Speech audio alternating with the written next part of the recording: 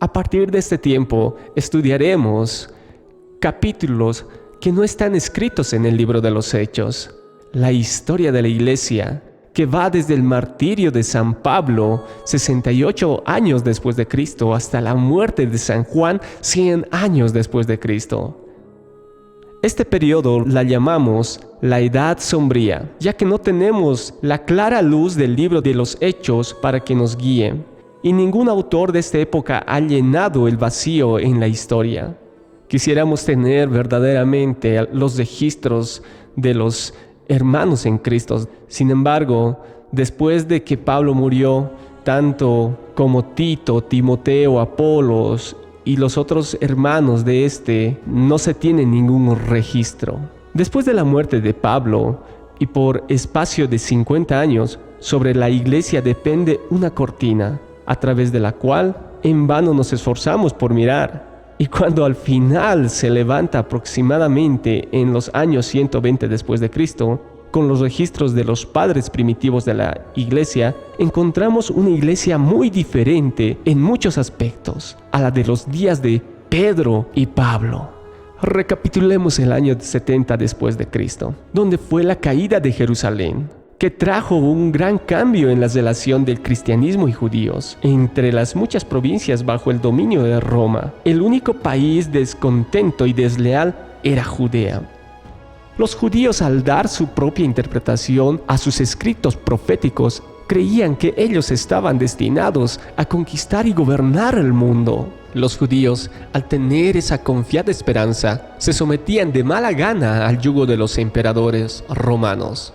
Debe admitirse también que muchos de los precursores o gobernadores romanos fracasaban enteramente en comprender el carácter judío y eran innecesariamente ásperos en su trato. Como al año 66 después de Cristo, los judíos se levantaron en abierta rebelión desde el principio sin tener esperanzas de vencer, pues, ¿qué podía hacer una de las provincias más pequeñas cuyos hombres no estaban adiestrados en la guerra en contra de un imperio de 120 millones de almas con 250.000 de soldados disciplinados y expertos? Además, los judíos mismos estaban divididos en grupos que peleaban y se mataban entre sí, tan fieramente como con su enemigo común, Roma. Vespasiano, el general principal romano, condujo un gran ejército a Palestina, pero fue llamado a Roma para ocupar el trono imperial y dejó la dirección de la guerra a su hijo Tito. Después de un terrible sitio que se hacía más terrible por el hambre y la lucha civil dentro de los muros, la ciudad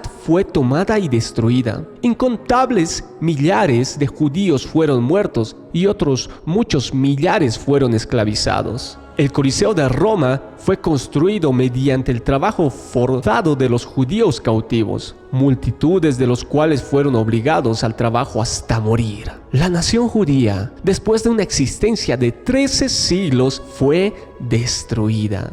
Su restauración se produjo el día 15 de mayo de 1948. En la caída de Jerusalén, perecieron pocos cristianos, o quizá ninguno. De las declaraciones proféticas de Cristo, los cristianos recibieron amonestación, escaparon de la desdichada ciudad y encontraron refugio en Pella, en el valle del Jordán. Pero el gran efecto sobre la iglesia de esta destrucción fue que puso fin para siempre a toda relación entre el judaísmo y el cristianismo. Hasta este punto la iglesia había sido considerada por el gobierno romano y por el pueblo en general como una rama de la religión judaica. Pero de ahí en adelante los judíos y los cristianos fueron separados. Una pequeña sección de judíos cristianos perseveró por espacio de 2 siglos, pero en número siempre decreciente. Se trataba de los ebionitas, un pueblo por sí mismo apenas reconocidos por la iglesia en general y despreciados como apóstatas por su propia raza. Como en el año 90 después de Cristo, el cruel e indigno emperador Domiciano empezó una segunda persecución imperial de los cristianos. Miles de creyentes fueron asesinados, especialmente en Roma e Italia. Pero esta persecución, como la de Nerón, fue esporádica y local. No se extendió por todo el imperio. En este tiempo, Juan, el último de los apóstoles, que había estado viviendo en Éfeso, fue tomado preso en la isla de Patmos, en el mar Egeo, y allí recibió la revelación contenida en el último libro del Nuevo Testamento, Apocalipsis. Muchos eruditos, sin embargo, prescriben una fecha más temprana a esta obra, como en el año 69 de Cristo. Es probable que San Juan muriera en Éfeso aproximadamente en el año 100 después de Cristo.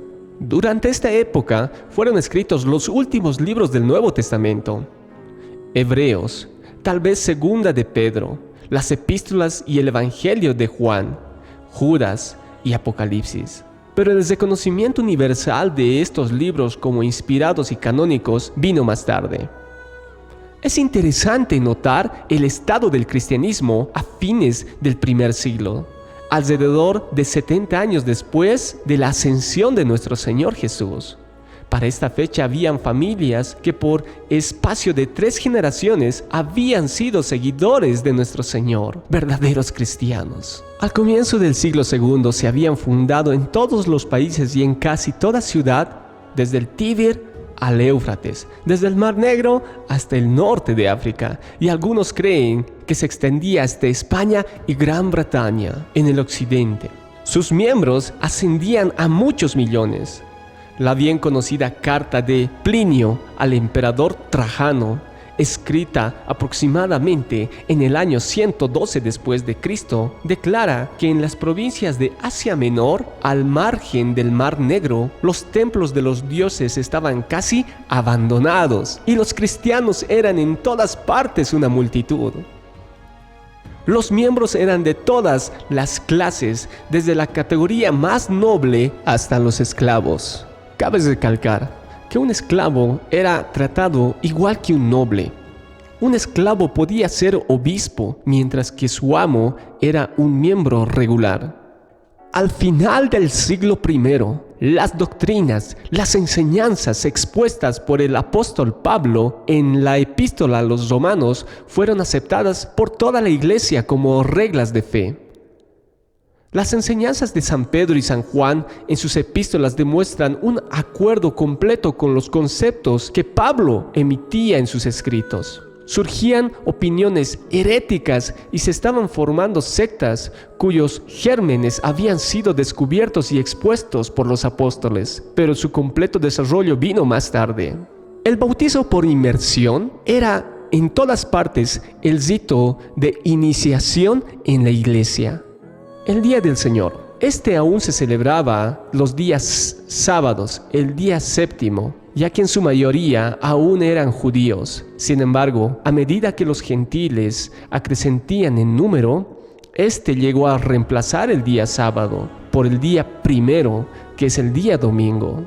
Es necesario recalcar que la adoración a Dios no depende del día. En base a las enseñanzas de nuestro Señor Jesús y los apóstoles, nosotros debemos adorar a Dios con todo nuestro corazón, con toda nuestra mente y con toda el alma. Las 24 horas del día, los 7 días de la semana, hasta el último día que nos quede de aliento en nuestra vida. Con respecto a la Cena del Señor, era observada universalmente. Esta empezó como un servicio en el hogar, como la Pascua judía, de la cual se originó. Pero entre las iglesias gentiles surgió la costumbre de celebrarse en una reunión de la iglesia, como una cena a la cual cada miembro traía su parte de provisión. San Pablo reprendió en la iglesia de Corintio por abusos que habían resultado de este método de observancia. Al final del siglo, la Cena del Señor era en todas partes un servicio celebrado en el lugar de reunión de los cristianos, pero probablemente por causa de la persecución, no en público. Solamente los miembros de la iglesia eran admitidos a esta celebración, que era tenida como un misterio. El reconocimiento del Domingo de Resurrección como aniversario de la resurrección de nuestro Señor fue sancionado e iba en aumento, pero en este tiempo aún no era celebrado universalmente. Hablemos del último apóstol, San Juan, que moraba en Éfeso como hasta el año 100 después de Cristo. Fue este que escribió las cartas dirigidas a Macedonia, a las 7 iglesias, Este fue el último apóstol que vivió y escribió todos los detalles de los misterios que nos muestra Apocalipsis. A partir de este tiempo, nosotros no leemos que hubiese sucesores en este oficio de apóstol, pero alrededor del año 120 después de Cristo, se hace mención de apóstoles que aparecen haber sido evangelistas que viajaban entre las iglesias, pero sin autoridad. Y evidentemente no muy respetados, porque a las iglesias se les recomendaba hospedarlos solamente por 3 días. En los Hechos y las últimas epístolas, los ancianos, es decir, los presbíteros y obispos, se mencionan como si los 2 títulos fuesen aplicados alternativamente a las mismas personas. Pero para el final del primer siglo aumentaba la tendencia de elevar a un obispo sobre sus compañeros ancianos, lo cual condujo más tarde al sistema eclesiástico que hoy por hoy manejamos. Los diáconos son mencionados en las últimas cartas de San Pablo como funcionarios de la iglesia. En las epístolas a los romanos, escrita en el año 58 después de Cristo aproximadamente, Febe de Cencreas es llamada diaconisa, y una referencia a 1 Timoteo puede haber sido hecha para mujeres que desempeñaban este oficio. ¿Cómo eran los servicios en este tiempo? Estas se derivaban y eran similares a los servicios que se celebraban en las sinagogas judías. Primeramente se leían las escrituras del Antiguo Testamento y porciones de las cartas apostólicas, también de los evangelios, los salmos de la Biblia, y se cantaban los himnos cristianos. Las oraciones, diferentes a aquellas de las sinagogas, eran espontáneas y se daban pláticas con toda libertad por los miembros y los hermanos visitantes. Al final del servicio, con frecuencia se participaba de la cena del Señor. Al leer las últimas epístolas y el libro del Apocalipsis, encontramos mezcladas luz y sombras en el relato de las iglesias. Las normas de carácter moral eran elevadas, pero el tono de la vida espiritual era inferior de lo que había sido en los días primitivos apostólicos. Sin embargo, en todas partes, las iglesias eran fuertes, activas, crecientes, y se levantaba a dominar por todos los ámbitos del Imperio Romano.